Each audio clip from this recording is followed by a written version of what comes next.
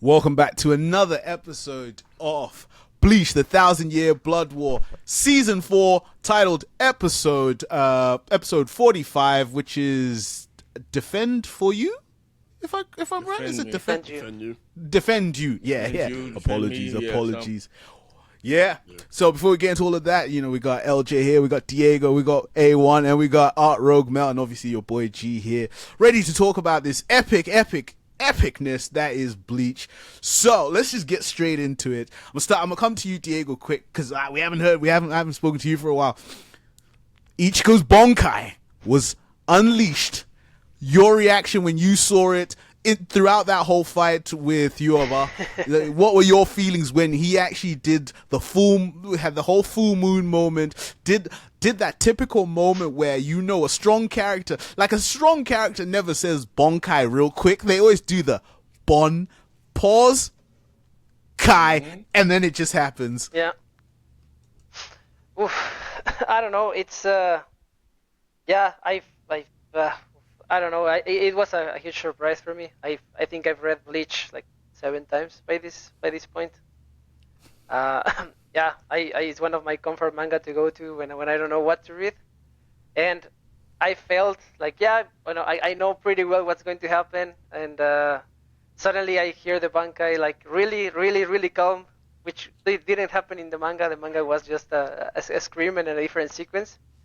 And all my theories and all what I expected from the anime just went to the trash. Yeah. Like, dump that.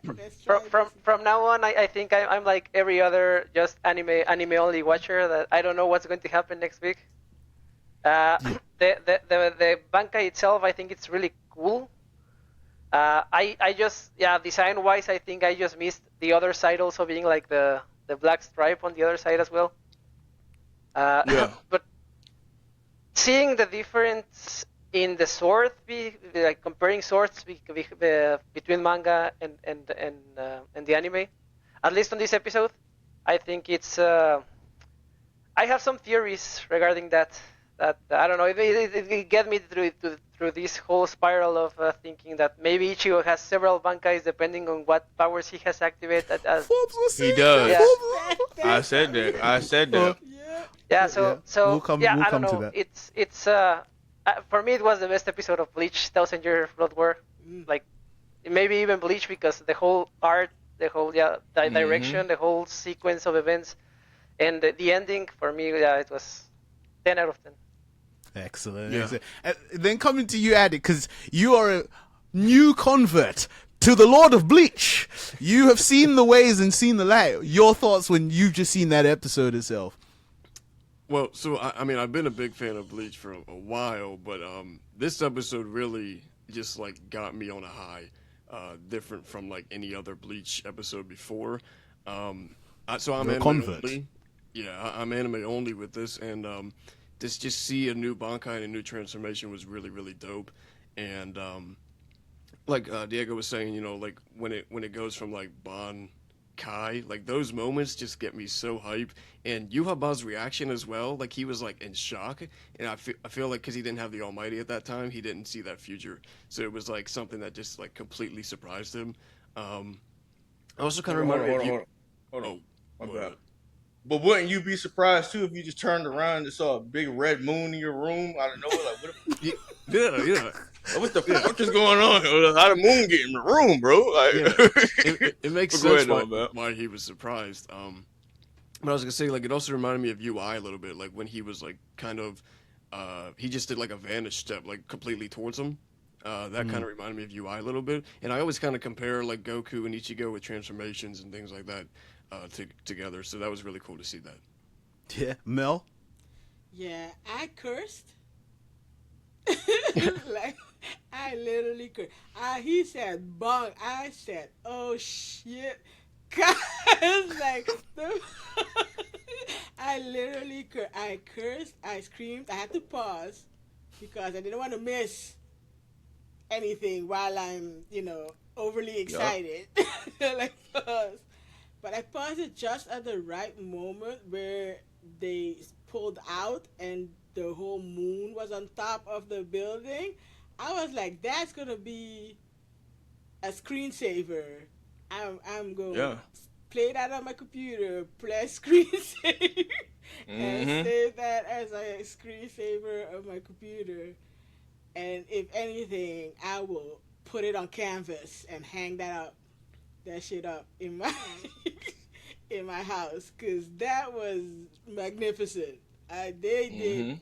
They did so good. They did so good in this episode. Like, even though I like, there's every time I'm like, oh, it's not gonna get crazier than it is. The Kubo is like, I didn't have enough time to do what I wanted to do in the manga, but I'm gonna do it in the anime. So now Facts. I'm like, all right, dude, I'm sat, I'm ready. Feed me, okay? Give it to me. Put it in my veins. Let's go. I'm ready. Facts. So Nah, it was crazy. And then going forwards, what about you? You're up there with. I'd probably say you and Diego rival each other as the top Bleach fans that I know, because like I know you guys love that stuff. You've seen that Bankai, like you've seen it, and your thoughts on that? Yeah. Man, the whole presentation, like y'all said, like even with the moon type stuff, that represented a lot between either his hollow form, Wakamundo's moon, and then also, you know what I'm saying, the Getsuyo Tesho, which literally means like moon piercer. You know what I'm saying? Like, so that's why when he did do that crazy Gensho Tesho, Black Moon came up type stuff. So that joint literally means moon piercer. I was like, what the hell? I'm like, Kubo, you was cooking, bro. yeah. But as far as like I didn't know we was gonna get that. You know what I'm saying? Like that type of form. Like, in all honesty, like I think I can't say it looks better than the original design because of all the feats that it come with and what we saw and stuff. Like, my boy is moving so fast that basically his after images was trying to catch up with him. I was like, bro, this is crazy, bro. You couldn't find out the shadow clones. Like, Yeah. bro, I that was is crazy. damn. Yeah, I just wanted. I think that Mel mentioned that it was going to be her new screensaver. Actually, I have that Black Moon as my new wallpaper in my computer. I got that scene, that This frame. is why me and Diego get along. We have the same thoughts. It's just he was a little bit Mhm. faster than I, because I was watching it on TV. So normally I I stopped watch it on drawing. the computer. Yeah, because I want like when Bleach, I want to watch it on TV first, like big, No, fact and then I'll rewatch it on the computer, and then like take screenshots and stuff like that for my screensavers. But yeah. Nah. Yeah, I was drawing at the time when that happened. I was like, I looked up. I said, hold on, what just happened, bro? And then I had to rewind it again. I said, bro, what did I just see, bro? I'm like, dog. And like Addict said, like to actually like see, man, Haba has been getting surprised this whole fight. You know what I'm saying? Like, just turning around like, yo, what the fuck is that, bro? Like, yo, what is going on here? Like, why do y'all keep on not dying, bro? Like, why aren't you dead yet? Like, Yeah. Why? But he He literally said that. yeah. Though. He did. but he really, you know what I'm saying? He can't see nothing because you already know the Almighty's with Jugrum. So, Well, that was because when it happened with the Bankai, I literally just paused that scene and I said, "Someone's about to get it. Someone's about to get it. Someone's about to get it." And then he just did it, and it was just absolutely crazy. And then just kind of let's just talk a bit more about that fight between Ichigo and Yuaba, as well as, listen, we gotta give a special mention to Orihime, because she was catching wreck She was the episode. that whole time. Like, she was healing Ichigo real time, and then she started catching wreck from Yuaba, and she's healing herself as well. Like, Diego, just what are your thoughts on that, man? Give Orihime some love. Yeah, I've been overanalyzing this whole Orihime thing since yesterday. First, there was one point in the story when she's about to go to Wakamundo, that she's saying goodbye to Ichigo, and she's like, I guess if I was born 5 times. The 5 times I would have loved you, and she was pierced and killed 5 times during this episode. Yeah. So it ties, yeah, maybe it's just overanalyzing, but it ties really nice that she was killed 5 times. She her She healing, definitely was. yeah, her healing in my opinion, this episode was a whole other level. Especially the part where Ichigo is decapitated and she just heals him back in She's yeah, like, less than one. reject, Bruh. dude, Yeah. reject. Yo, you hop on her face though, bro. He's like, Wait, bruh, what? can you stop, please? Bro, why you Yeah. turn around so slow like Yeah. this bitch? What Why about are you still when doing the this? blood? What about when her blood was coming up in the air Yeah. as she was walking? Yeah. That's what I wanted yeah. to come to. Like, yeah, that final scene. I don't know. This is maybe just another dumb theory, but you remember when Ichigo completed his full bring? Yeah. Like he like got this huge energy explosion, and his Ginjo had to like contain it and was completely damaged because of it. He said that the moment a full bring is completed, a huge amount of energy and the abilities like go rampage. So my theory is that Orihime completed her full ring in that moment, trying to protect Ichigo, and that's why we see how she reverted all the events of the fight while she was moving. So every place that she was going through, everything was She being was reverted, erasing and that's it, why bro. all the Yeah. blood and everything was going back to where it was. And at the end, yeah, she reverted everything with the fight with Ywach. Nice. Yeah, addict. And Yeah, this I is mean, why I he was talked also to kind of Diego thinking. about Bleach, because he has theories. Okay, this man. Yeah. You and me both, bro. I got a lot, bro. I got a lot. I'm letting you know right now. Go on, Addict. I was also kind of thinking, like, when she went through, it's like the bubble sort of thing. Yeah. I was sort of thinking that she like became rejection herself, and that was her rejecting all of the damage that Ichigo had taken from Ywach. So that was kind of my theory on that one there. But I also like Diego's theory on that too. And like the 5 deaths, I did not even catch that, but that is Yeah, I did. that is peak right there, peak storytelling right there. That's Kubo, bro. That's Kubo for you. Yeah, Mel or Orihime. Yeah, Orihime came through, right? Because in the beginning, I wasn't a big Orihime fan, because I think she could have been what she is now. She could have been, and then bigger. But I mean, they gave her what I think character-wise she deserved. That big moment where she finally decided to stop second guessing and lean into her whole power, lean into the whole rejection of whatever she thinks needed rejecting. So leaning into her whole power. Alright, so yes, she sacrificed herself, as we can see. We don't know into what extent, because we don't know the extent of her powers now. We just got a glimpse of what she just learned. So Yeah.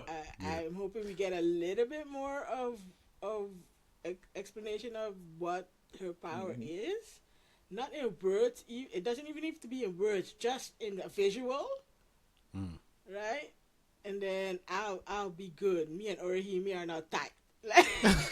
I think, but then the other thing to add as well is what Diego said about the actual just like now when you watch it is, I think we're now really going into the realm of forget what you saw in the manga, basically. Whatever you know, whatever you think happened in the manga, Kubo might just say, "Oh no, not this time around." I saw an interview. I saw he was. I think it was an NYC con, because that's going. That was this weekend. This past week. Well, this weekend is today Sunday, but today was the last. It's the last day, and he was talking about. Again, he didn't have. He The time. wasn't in the right space. Yeah, and he was sick. well. He was sick, and they had to rush it because they didn't know if he was gonna make it or not to finish the manga. But now he's better and he has the time, and he's gonna take it to where he wanted it to go in the first place. So whatever we read now, that's then. Whatever he Yeah. brings out now is what he actually was trying to cook then. So But I can't Yeah. wait to see. yeah, but what if? Just what if? Let's say this whole episode was the reason why the manga event happened. You know, Ah, let's say I don't know. Ywach says every time he watches Yeah. a future or every future he says that Ichigo activates his Bankai, something happens that ends up defeating him. yeah. So in this Yeah. case, it was Orihime. So maybe in another case, it's another one, and that's maybe that could be one of the reasons why his sword it looks different. Mm-hmm. Because I don't know if you remember how when Ichigo was training for Bankai, Yeah. he has this huge field of different swords that all of them were Yeah. Sangetsu, but only the right Sangetsu was the Bankai. So maybe it's that sort of thing that he's watching all these futures, and maybe I don't know. Next episode we see the manga the manga events, right, where he activates the Bankai, and that's why Yuhabak breaks it and also breaks his horn because he doesn't want to let him transform into Bankai with his horn activated.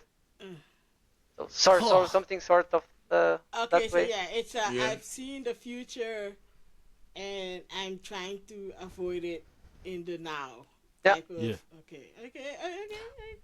Yeah, listen, I feel like the person that's living the dream right now is Addict, because he's never read the manga, so everything he's seeing, he's just seeing the vision as it's happening. Yeah. He's got no source reference itself. And then just sticking with Addict itself, like we saw, you know, as much as we love the Bankai itself, there were some other things that were happening. We did see a bit of Uryu versus Jugum, and how their fight evolved, and how Uryu eventually came across a strategy to counteract the 3 seconds, 3 second that you can see in the future itself. Like, you know, your thoughts on like just that whole evolution of that fight compared to what you were seeing in the previous episodes. So I think like for the moment it was really cool, but the after is kind of gonna bite them in the butt because now it costed them because Yuhaba has the Almighty again. So I think that that's gonna cost them. And I was also thinking that this was like one future that he saw. So now we're gonna see another future in the next episode. Yeah, Diego. Yeah, for me the fight, my favorite part was the ending. That subtle hint of antithesis, his shrift power with the glove at the end. I think that was really nice to see. Because I was watching it with my wife and she was like, how the hell did Uryu put the glove into his hand? And I was like, you don't know, but I won't tell you. Antithesis. He's basically the counter of Almighty, you might say. Yeah. That's just a counter to Almighty. Yeah, and I don't know. I think I like that there are characters that, yeah, even though it's Almighty and it's Almighty, yeah, he's basically God with that. There are some characters that all play into the rejection or time manipulation sort, like Uryu, like Orihime, and like Tsukishima. Back to the manga future events, that they all kind of go against the Almighty, and they have the ability to revert the Almighty in some sense. So yeah, I don't know. For me, this episode really broke my head. I've been theorizing, and I feel weird because I really thought that I knew everything about Bleach, and now I don't know. You're just looking at all the mangas. I went in You're with just no looking at- expectations. Yeah. Yeah. Just I looking went at in the with no mangas like, expectations. you're not real anymore. I don't know anymore. Nah, No, facts. but also, if we consider, for example, the one shot that came out a few years ago, like the New Breeds from Hell.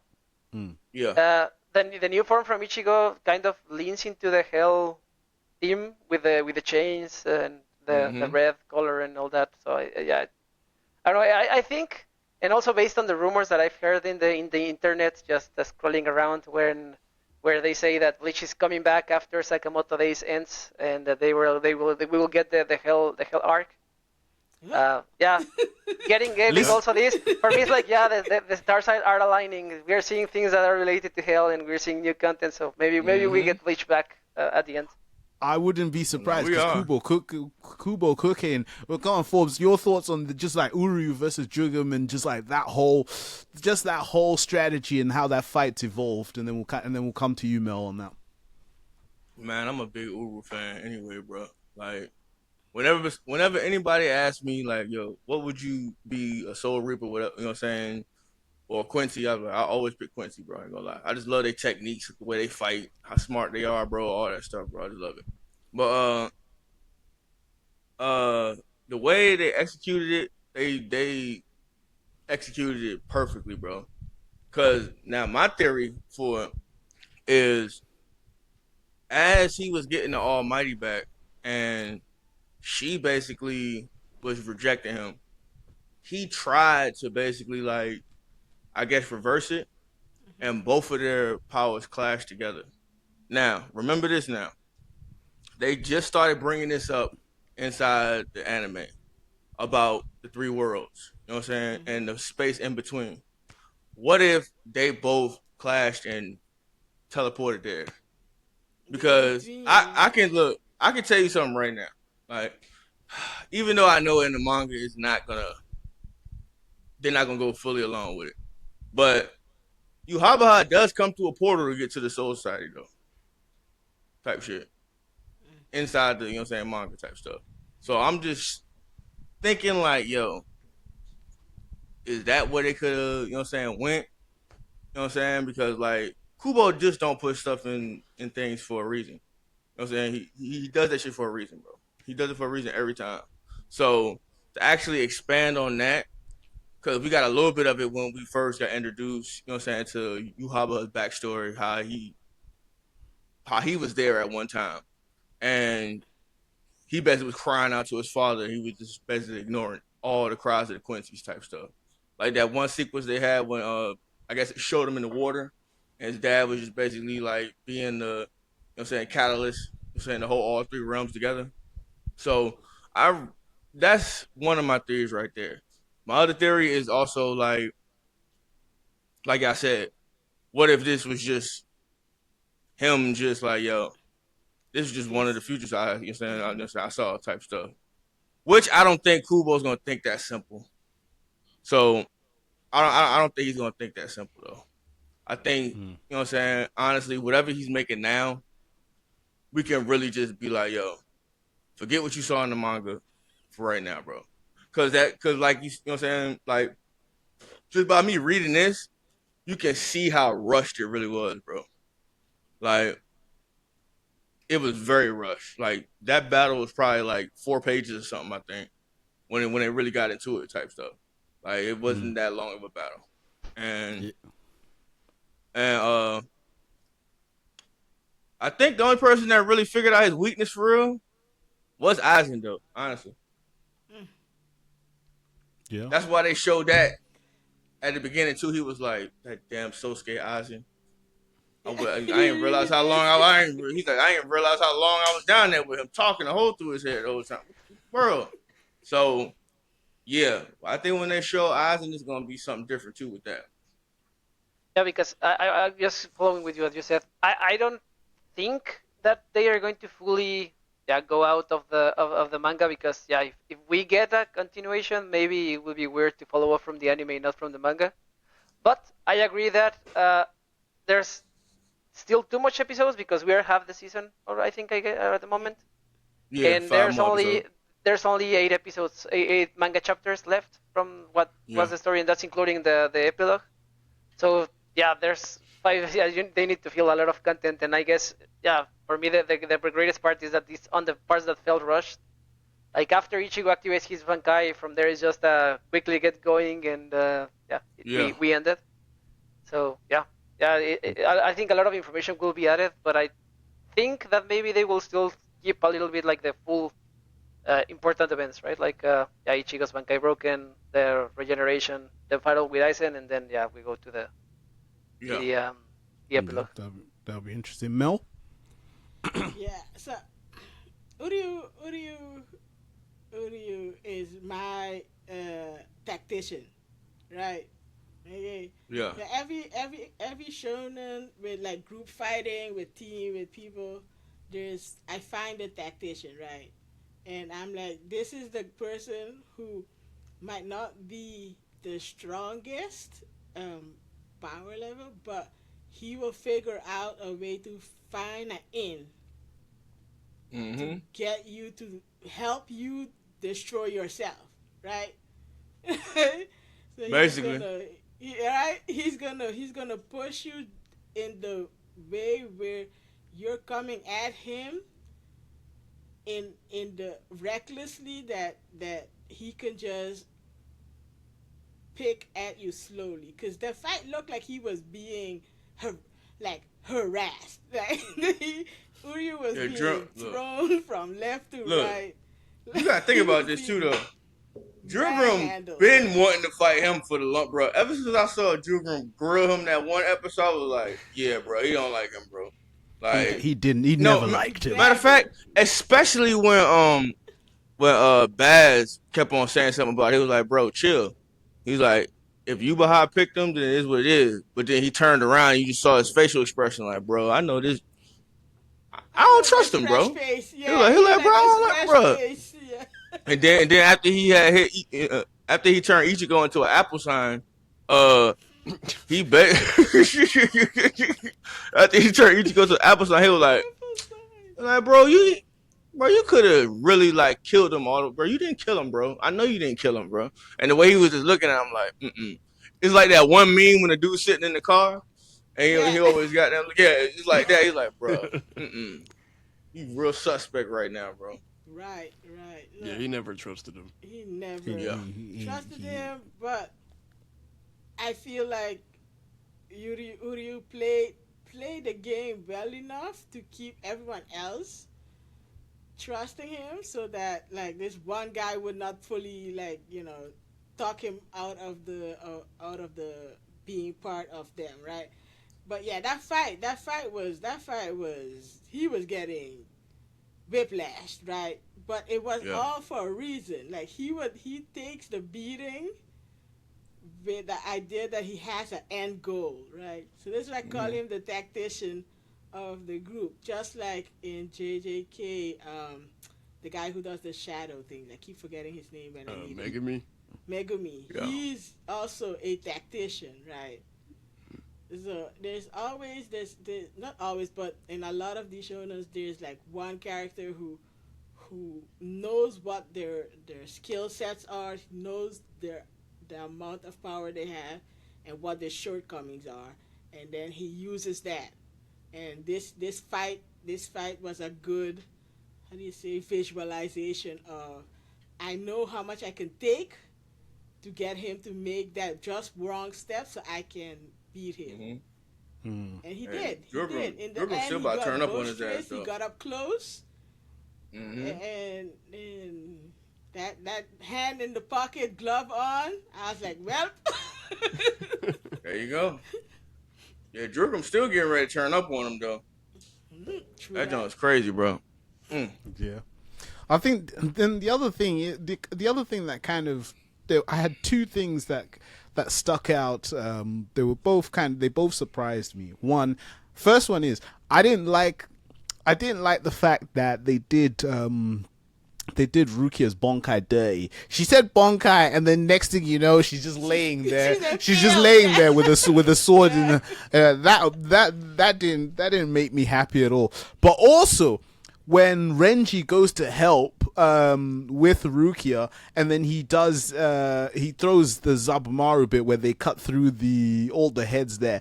I was surprised Renji didn't say Bankai, because Renji says Bankai every second he gets a chance to say it. Look, from the three of them, he is trigger happy. He is trigger happy with the Bankai. Like, you just gotta give him a couple of punches and then he just says Bankai. So I was quite surprised that he didn't say it, but then as well as Rukia's Bankai just got done dirty. Look, what's his name? Rukia's brother, Byakuya. Yeah. Bro, he likes Renji, but he don't like Renji, bro. Like, if y'all didn't notice the episode before, right, when he saved both of them, he literally threw Renji on the ground. He got up, what the fuck? He said, bro, just leave, dog. He's like, bro, just please, can you go? I'm not saying that he's gonna need your help, but can you just get out of here, though? Like, please. Like, I don't want to have to keep protecting y'all, bro. Like, dog, like, he did throw him to the ground. I thought that was hilarious. I ain't gonna lie to you. Yeah. Diego. So from Rukia's Bankai, I think it was a dumb idea because we know that Rukia does not control her Bankai. So for her, it was just like, okay, I'm going to use it, and then what was she expecting for Ywach to be like? Yeah, I'm going to let you defrost. Yeah, obviously she was going to be impaled the first chance which she had. I was kind of surprised that she didn't break because we saw how she was. If she moved too quickly after her Bankai, she started breaking apart. Yeah. Mm-hmm. So, no, it didn't happen. She was just impaled and left there as a reminder that she's not powerful enough to compete still. She was just looking up. Yeah, and from Renji. Yeah, I like the part where just from knowing that they kind of end up a couple. the part that they coordinated so well that he basically built a bridge for her to run to go to Ichigo. I think that was quite a nice detail. But yeah, it was weird not seeing Renji using Bankai. You know, because every second he gets, he does. And I just want to add that I really like the animation for the for Chat's attack. Like at the beginning, like the amount of like budget that went into that La Muerte was quite bigger than I would have expected. Yeah. You know what? We need I'll take it. Chad deserves it. Yeah. Chad needs a moment. Like Chad his deserves moment was lacking. Like Yeah. he powered up 2 arms and you still ain't do shit. Like, come on, give me something. Give me something. That's fair. No, I agree. Something. Addict. Man, I almost feel like they're the type of characters that are in there just to have more bodies for the enemy. I mean, they He said body. Yeah, because what is old boy, bro? I've been trying to figure out why is he there still, bro, and why is he talking, bro? The one Ninja that came dude. out of the ground. Right? Yeah, bro, the way he be screaming when he do his attacks, I'm laughing every time I hear it, bro. I'm like, yo, bro, chill, bro. You got that high pitched voice, bro. I'm like, yo, why is he still here, bro? Especially when they pulled up on Yuhabaha, you know what I'm saying? When they was in the Soul King's kingdom, you know what I'm saying? Like, bro, I see everybody else and I see him like, bro, why did y'all let him get this far up here with y'all, bro? Why didn't y'all leave him back there with the full bring? Why is he here? What is he gonna do? Like, bro, the real description of hydrogen bomb versus coffee baby. Yeah. Yep. Yeah, but like I also feel like they're also in a sense motivators for Ichigo and Orihime and those type of characters because you know if they're taken out, then that motivates them even further to stop the enemy. So I also feel like it's kind of a double-sided coin with those type of characters. Fair. No, I mean, I can understand. I mean, I could understand a little bit more with it being Renji. I think because obviously the way as soon as Rukia showed up, I think it kind of it elevated Ichigo so much, and the fact that they started arguing, and then she kind of that was hilarious. She kind of saw that he had it. That he hadn't lost that determination, that he hadn't given up as well. But like, just also, you can also, like, in those moments, I really do I felt sorry for Orihime a lot, because she's having to see all of this. Like, Rukia's coming in clutch, a lot of the series. Then you've got, then you have in Waco Mundo, you got Nell coming in clutch as well, and she's constantly gripping. She's constantly gripping Ichigo like that, just like not letting it go. And then the fact that obviously now she had to basically have her moment. Listen, that woman suffered. I can't stress how much. She said, like, no other woman's gonna save my man but me. She suffered. She suffered because unless I forgot, so apologies if I missed, because it got to a point where Yuaba was attacking Orihime and Ichigo, so like he was proper like stabbing them both, and she's having to double time heal herself and him at the same time, like it was just constant madness itself. But let's go on. Let's address the elephant in the room though. Like, we can't look past like actually seeing what Yuhabaha can do. I didn't know he can do all that right there, bro. Like, even without the Almighty, bro, like he's still a freaking problem, bro. Like, bro, I didn't know that's what those eyes was for, though. Like that jump seemed like a whole video game. You know how like you just be tracking enemies with it, and you just hit them with like 6 different beams. Bro, that's what it felt like I was looking like. Like that whole episode, especially like the Ichigo combos. I'm like, bro, are they about to do a video game combo right now? And they did. Like they bouncing Habaha off the floor, doing the shadow clone attacks and everything. I'm like, bro, yeah, he just did a hyper combo on him, bro. Like, Yeah. but yeah, like how y'all felt about Habaha though? Like after like seeing him in action now, like we seen him fight, but not with the Soul King's energy overflowing out of him though. He pulled out the I have eyes everywhere and hands everywhere, right? Yeah. Because they had not a minute of respite. He was literally drilling them. Man. He was talking trash the whole time, bro. I was like, Jesus Christ, bro. I said, bro. He's calling him weak, mangled, yeah. nonsense, boy. I swear he said boy with capital B a couple of times.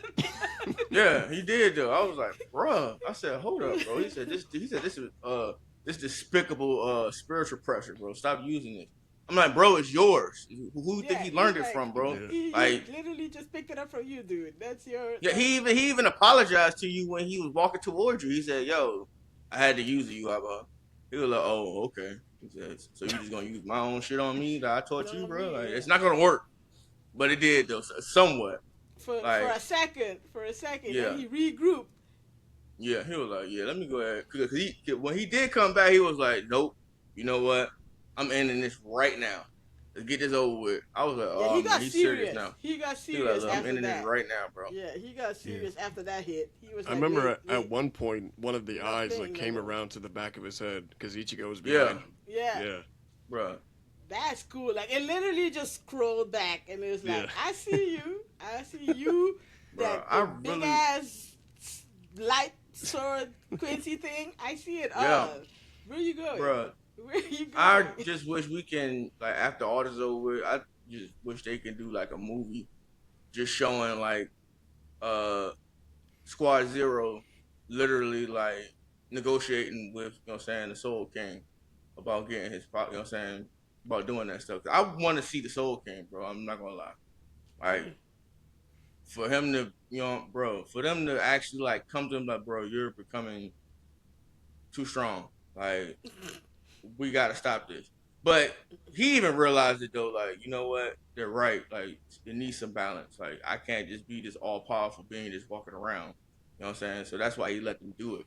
So I would love to get a story on that, like a little backstory on it. Read the novel, The Can't Fear Your Own World. Oh, it's in there? Well, they said they're gonna actually bring those out though. So in that novel they explain everything about the beginning of the worlds. Okay. Oh, and okay. and how the 5 great families ended up transforming the Soul King into that stone thingy without limbs. Mm-hmm. So Diego, send me the link to that. Yeah.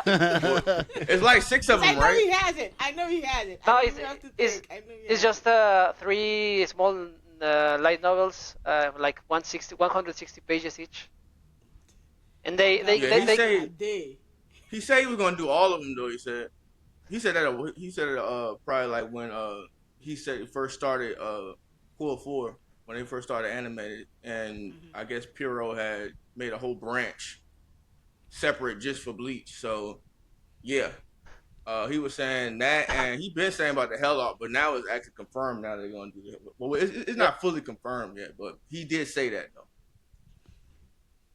Yeah. Yeah, but I will send it to you, Mel. They are you can. I can send it to everyone. You can read it either on Kindle or in physical. I'll gobble that up in a day. And they are nice. Yeah, there's a story like comes after the fight with Ywach, and it's mainly centered in this guy that has like the 69 tattoos on his face. Oh yeah. That's who he had got it from. Like, did he like save him or something? Yeah, and it's a nice story. Yeah, I read it quite some years ago, and quite nice. Nice. And then just as we finish up here, everyone, what was your favorite moment throughout the episode, excluding the Bankai? So you can't talk about the Bankai. Outside of the Bankai, what was your favorite Bleach moment in this episode? We can start off with Addict. My favorite moment was Orihime's sacrifice. I feel like the song they chose was perfect. Like, I almost started crying. And just the extent that she went to save Ichigo was just like something that I feel like came full circle with her feelings for him. So yeah, nice. Mel? To exclude the, okay, so for me, there's a lot of parts, but when Rukia showed up, and they're in the middle of the biggest fight, but they have still that tiff of just bantering with each other because that's how they communicate. Like, there's no regular, that's how they communicate. They can't seem to have a regular, hey, thanks for showing up type of situation. Nope. So that was funny, and I was like, that's how I was like, oh, he should have ended up with her type of situation. Like, because they seem to have more chemistry in that thing. Yep. But Orihime was like, no, bitch, this is my man. I'm going to save it. Yeah. I kind of feel like they come off like brothers and sisters. Like, that's what I get from them. After a while, that's how you should see it, because they just banter like two annoying. Yeah. She definitely cooked them as soon as she came in. She said, I caught you tucked in your black blanket and you just get up like you got a horn in your face. I was like, dang, bro. He said, Nah. Forbes, what about you? A favorite moment in the episode? all of it. No, I got you though. But, yeah, you say you can't, bruh. My Outside favorite of the part was Bankai, I'm sorry, bro. Everyone gonna say the Bankai. No. Like it's not the transformation itself. It's just the feats that it has. You know what I'm saying? That's what I looked at repeatedly. You know what I'm saying? I was like, bro, hold up. So you telling me that he's moving this fast? Well, we thought he was just moving that fast. You know what I'm saying? That his body, his after image was trying to catch up with him. Like the way they did that whole thing, like he still fight Ichigo and he looked behind him like, hold up, bro. What the fuck is going on here, bro? Like, yo, bro. Even Habaha even said that. He was like, yo, what the hell is happening here right now, bro? Like, I see you right here, but you're also in the air about to attack me again.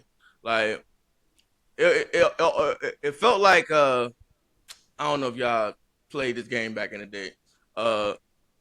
Ninja I think it is Ninja Gaiden. Basically, you'll get like a certain move, and you'll have like an after image behind you, and every time you attack, it'll attack. So it's just following the lead. So when I saw something like that, I was like, "Yo, this is what's reminding me of." And just as far as like Ichigo, people don't give him enough credit. You know what I'm saying? Like how smart of a fighter he really is. Cause we was not expecting that. Like those steps that he was taking, he was actually just making those clones right there, and we didn't even peep that. Like that part right there, like honestly, like the whole I'm sorry, but the Bankai is my favorite part, but the Orihime part really had my mind thinking a lot. I was like, bro, did she just reject God? You know what I'm saying? Like she did. Like, bro, like did she just reject God? But it's a reason, you know what I'm saying? Like, it comes back to this. Aizen does stuff for a reason, just the same way Kubo does for a reason. And I think Aizen made Kubo write this into the story, though. But that's the reason why. Yeah, he definitely did. But that's a reason why I felt like he kept Orihime and Wakamundo. You know what I'm saying? So she wouldn't die early type stuff. You know what I'm saying? Because he knew what type of stuff she was like, bro. He's like, yo, he's the one that actually peeped it before anybody. He was like, yo, she basically rejects phenomena. Like, you know what I'm saying? Like, she can reject anything. It ain't really healing. It's just her just like saying that, you know what I'm saying, it's healed. It never happened then, type stuff. So somewhat she's in the same type of, you know what I'm saying, you can say it's kind of a version of Almighty, you can say, somewhat, as far as like changing realities type stuff. But like actually like seeing stuff, yeah, no, it ain't the same with that. But as far as like reality changing type stuff, it's just in a different sense.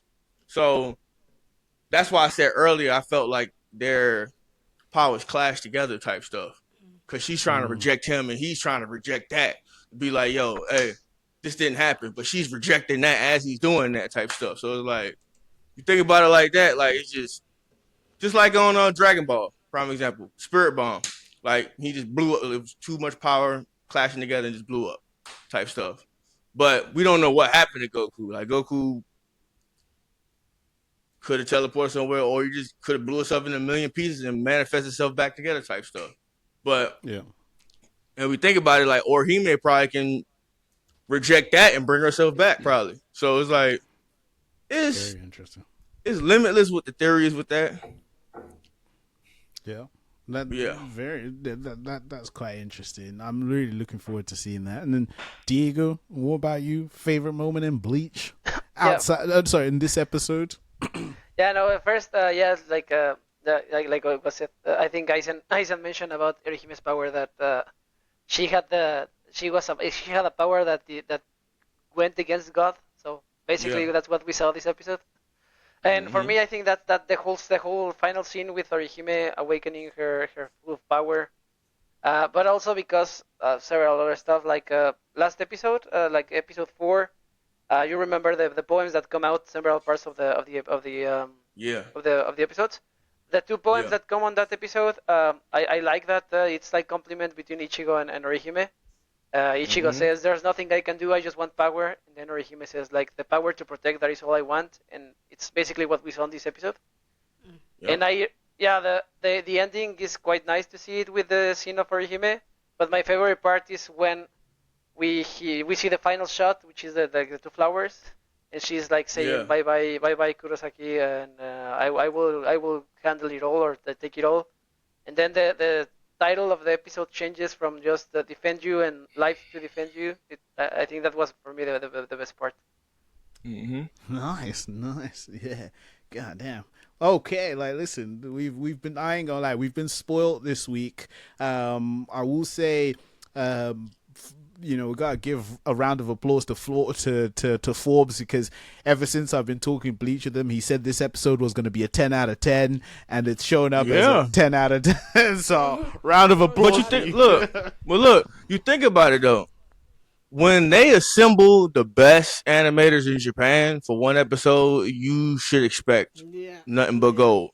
Like, bruh, like you see what happened when they all came together on the Broly movie. Like, bruh, like even on Gear 5 Luffy, bro. Like some of them that was on this episode, you know what I'm saying, anime on this episode did that. So when you get more than like 3 animators on there and like big time animators, I think it was like 6 of them, I think.